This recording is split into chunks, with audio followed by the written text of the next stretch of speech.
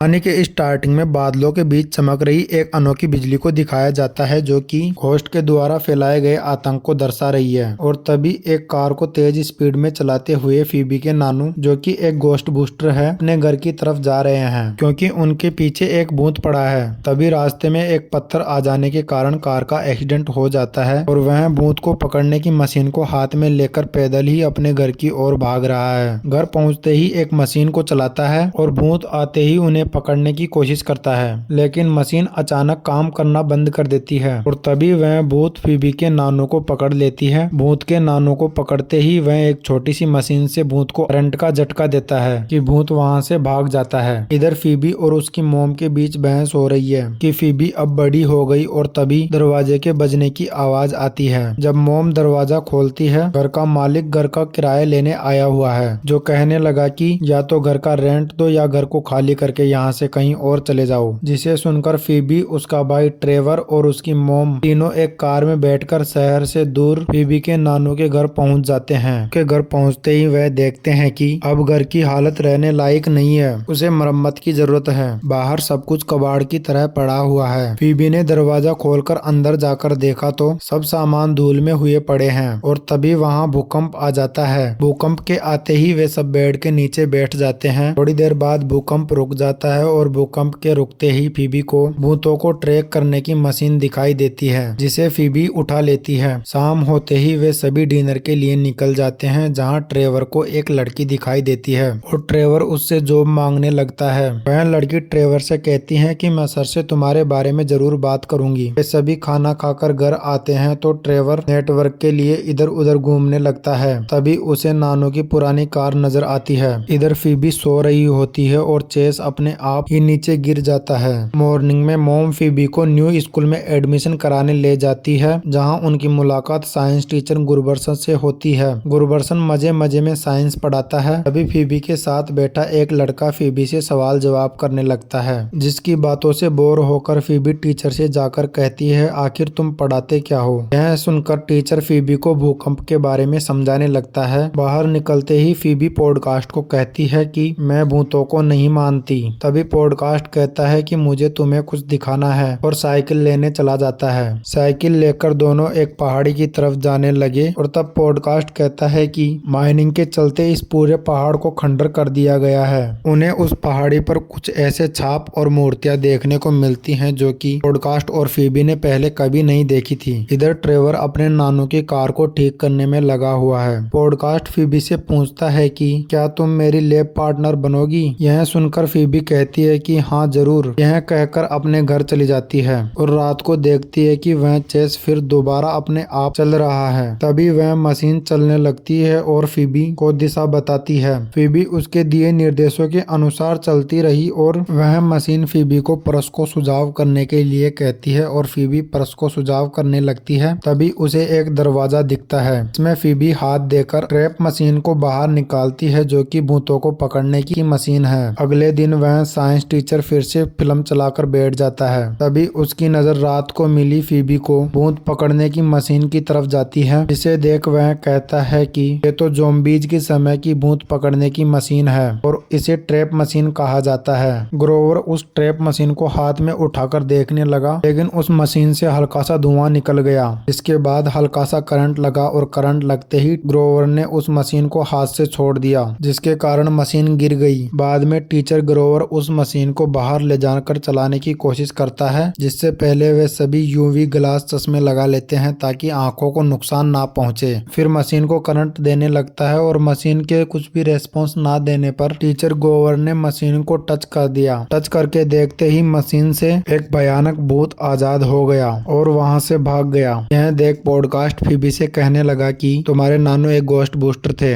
वे भूतों को पकड़ते थे। फिर वे तीनों फीबी के घर की तरफ निकल गए। वहां पहुंचते ही टीचर ने फीबी की मोम पर लाइन मारना शुरू कर दिया और कहने लगा मैं हमेशा से जानना चाहता था कि आखिर इस भूतिया घर में क्या है। पॉडकास्ट एक किताब उठाकर पढ़ने लगता है जिसमें सब कुछ भूतों के बारे में लिखा है और उन्हें पकड़ने का तरीका भी लिखा है। इधर ट्रेवर और उसकी पूरी टीम पहाड़ों की तरफ घूमने निकल जाती है। वहाँ उन्हें एक मशीन दिखी जिस पर वह लड़की और ट्रेवर जाकर बैठ जाते हैं। तभी वहाँ से एक भूत निकलने लगा। इधर टीचर को एक मैप दिखाई देता आता है जिसके बारे में वह फीबी की मॉम को पूछने लगता है कि क्या तुम इसके बारे में जानते हो। तो फीबी की मॉम कहती है कि नहीं, मैं इसके बारे में कुछ भी नहीं जानती। तब ग्रोवर कहता है कि क्या मैं इसे अपने साथ रख सकता हूँ। तो फीबी की मॉम कहती है हाँ जरूर। इधर फीबी भूत ट्रैक करने की मशीन को लेकर बाहर चली जाती है। वह मशीन निर्देश देती हुई फीबी को एक पुराने कमरे की तरफ ले गई जिसमें नीचे उतरकर फीबी ने हेलो बोला। पूरे कमरे की लाइटें जल गई। देखते देखते उसे नानू की ड्रेस दिखी जो कि तो को पकड़ते समय पहनी जाती है। फिर वह एक सीट पर बैठकर एक मशीन को ठीक करने लगी जिसमें फीबी के नानू उसकी हेल्प कर रहे हैं। वहाँ से आकर अब वह यूट्यूब पर अपने नानू की हिस्ट्री देखने लगी कि आखिर वह किस तरह भूतों को पकड़ते थे। सुबह फीबी और पॉडकास्ट पुरानी फैक्ट्री के मैदान में उस मशीन का प्रयोग करते हैं जिसे फीबी ने पिछली रात सही किया था। और तभी फैक्ट्री के अंदर से एक अजीब सी आवाज आती है जिसे सुनकर फीबी और पॉडकास्ट फैक्ट्री के अंदर चले आते हैं। वहाँ आते ही वे एक नीले कलर का अजीब सा लार देखते हैं और आगे बढ़ते हैं। तभी उन्हें एक गोश्त दिखाई देता है जो कि लोहे की मशीनों को खा रहा है। उसे देखकर फीबी और पॉडकास्ट पहले तो शांत हो जाते हैं और फिर पॉडकास्ट भूत भगाने वाली सीटी बजाता है जिसे सुनकर गोश्त जोर से आवाज मारता है और साथ ही लोहे के टुकड़े अपने मुंह से उनके ऊपर वार करता है। तभी फीबी अपनी गन से उस गोश्त पर हमला बोल देती है और पॉडकास्ट ट्रैप लगाने लग जाता है ताकि भूत को पकड़ सके। तब तक फीबी ने अपनी गन से उस गोश्त को पकड़ रखा है लेकिन वह फीबी के जाल से छुड़ाकर वहां से भाग गया। इधर ट्रेवर अपने नानू की पुरानी कार को ठीक करके ड्राइव कर रहा है। इस दौरान उसे फीबी और पॉडकास्ट फैक्ट्री से आते हुए नजर आते हैं जिन्हें देखकर ट्रेवर कार रोक लेता है और उन्हें बिठाकर घर की तरफ निकल जाते हैं। तभी उन्हें कार में लगे रेडियो से पता चलता है कि एक गोश्त जो कि धातु खाता है उसने पूरे शहर में आतंक मचा रखा है। यह सुनकर वे सभी शहर की तरफ निकल जाते हैं और वहां उन्हें वह गोश्त लोहा खाता हुआ नजर आता है जिसे देख वे सभी उस गोश्त को पकड़ने के लिए तैयार हो जाते हैं। फीबी अपनी सीट के साथ कार के बाहर निकल गई और अपनी गोश्त गन को हाथ में लेकर गोश्त पर हमला करने लगी। तभी उस गोश्त ने लोहे के टुकड़े उनकी कार की तरफ फेंकना शुरू कर दिया लेकिन फीबी ने उस पर आक्रमण कर दिया और पॉडकास्ट ने ट्रैप को कार के माध्यम से रोड पर लैंड करा दिया ताकि वे उस गोश्त को पकड़ सके। लेकिन तभी सामने से एक कार आ गई जिसके कारण वह गोश्त वहां से भाग निकला लेकिन वे सभी फिर से उस गोश्त को पकड़ने लगे। इस बार सही टाइमिंग पर फीबी ने हमला किया। पॉडकास्ट ने भी सही टाइम पर ट्रैप को ऑन कर दिया जिसकी वजह से वह गोश्त उस ट्रैप में फंस गया और शाम होते ही पुलिस पकड़ने आ गई कि वे सभी 18 साल से कम की उम्र के हैं और उन्होंने बिना लाइसेंस वाली कार को पूरे शहर में चलाया। गोश्त पकड़ने के चक्कर में बहुत सी इमारतों को भी नुकसान पहुंचाया। वहां ट्रेवर के साथ जो लड़की काम करती थी उसके पापा एक पुलिस ऑफिसर हैं। तभी फीबी ऑफिसर को कहती है कि क्या मैं एक कॉल कर सकती हूँ। तभी ऑफिसर कहता है कि हाँ लेकिन सिर्फ एक कॉल। यह सुनकर फीबी स्टोन के पास कॉल करने लगती है जो कि एक समय में फीबी के नानू के साथ अमेरिका में गोश्त पकड़ते थे। थोड़ी देर बाद चलने के बाद ऑफिसर आकर फोन को काट देता है। भी वहाँ फीबी की मॉम आ जाती है और कहती है मेरे बच्चे क्रिमिनल नहीं है। ऑफिसर कहता है हरकतों से तो लगता है ये बहुत बड़े क्रिमिनल है। यह सुनकर फीबी की मॉम बच्चों की बेल कराने लगती है। तभी ऑफिसर फीबी को कहता है कि तेरे नानू एक पागल इंसान थे। जिसे सुनकर फीबी ने ऑफिसर पर गन तान दी लेकिन फीबी की मॉम ने उसे शांत कर गन ऑफिसर को दे दी और वे सभी जेल से घर की ओर चले गए। घर जाने के बाद फीबी और ट्रेवर के वहां से चले जाने के बाद फीबी की मॉम ने ट्रेवर को किस कर दिया और अंदर जाकर फीबी को लड़ने लगी जिसके कारण फीबी रोने लगी और कहने लगी कि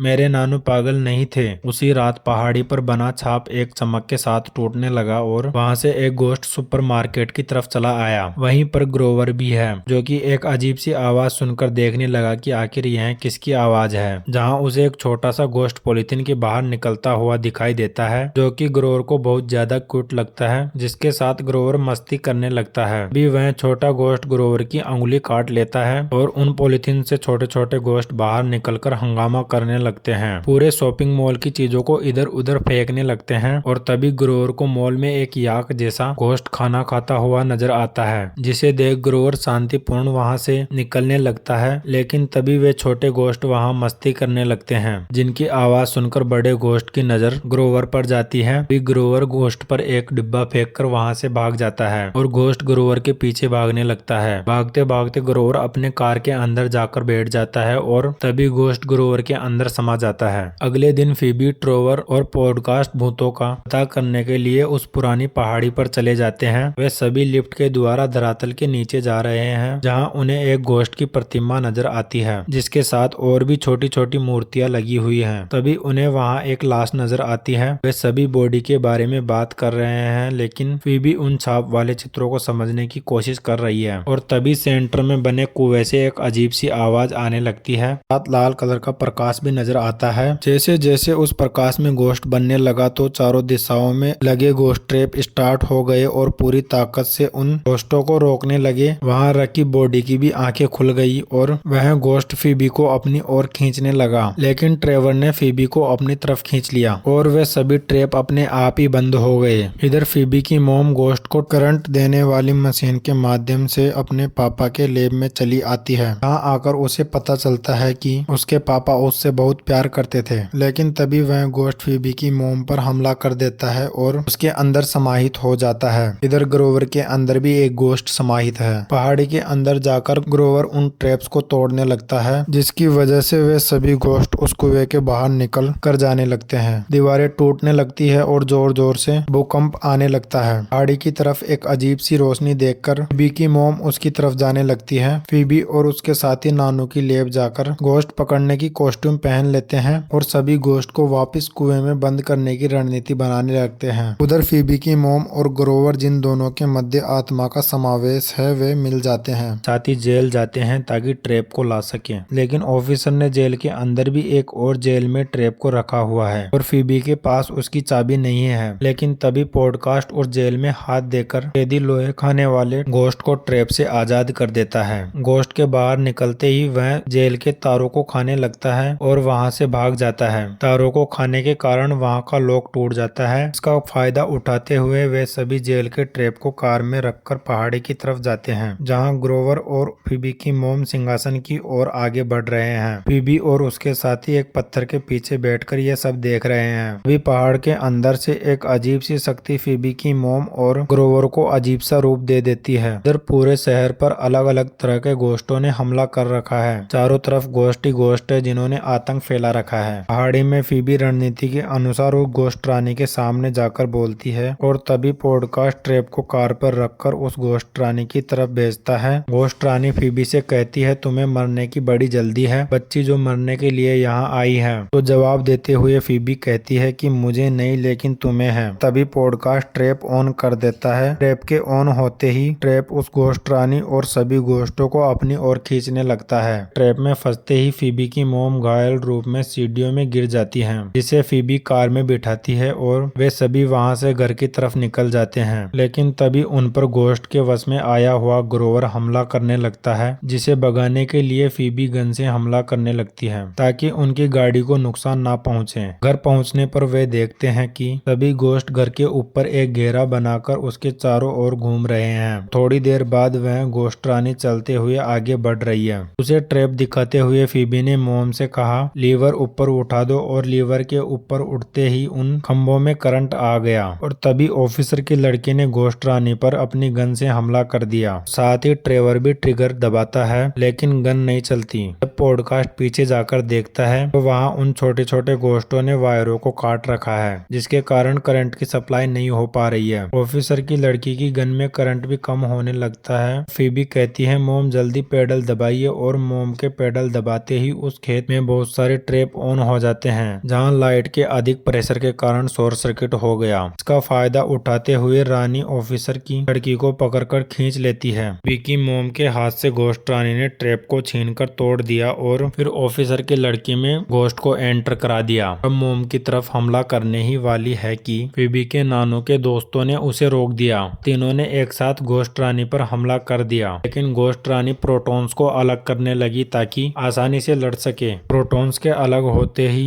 सोल्जर्स को उठाकर कार पर फेंक दिया और फिर घोस्ट रानी उन सोल्जर्स की तरफ आगे बढ़ने लगी। तभी फीबी ने रानी घोस्ट पर हमला कर दिया। रानी घोस्ट अपने शक्तियों से फीबी को पीछे की तरफ धकेलने लगी, लेकिन तभी फीबी के नानू ने उसका हाथ पकड़कर पीछे से सपोर्ट करना शुरू कर दिया। जब फीबी ने नानू की तरफ देखा तो पाया कि वह नानू की आत्मा है। तभी वे तीनों सोल्जर्स भी खड़े होकर रानी पर हमला कर देते हैं। इधर पॉडकास्ट ने छोटे घोस्टों को मारना शुरू कर दिया, जिससे कि ट्रेवर की गन भी काम करने लगी। ट्रेवर की गन के चलते ही उसने बड़े बिजली प्लांट को करंट सप्लाई किया ताकि छोटे छोटे सारे ट्रैप्स चल सके, और छोटे ट्रैप्स के चलते ही वे सभी घोस्ट उन ट्रैप्स में आकर फंसने लगे। उन घोस्ट के ट्रैप्स में जाते ही फीबी की मॉम ने फीबी को पकड़कर अपने गले लगा लिया।